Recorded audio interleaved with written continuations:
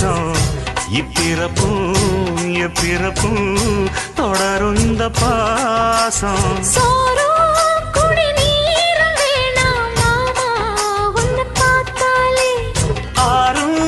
பசியாரும் தானாச மொழி கேட்டாலே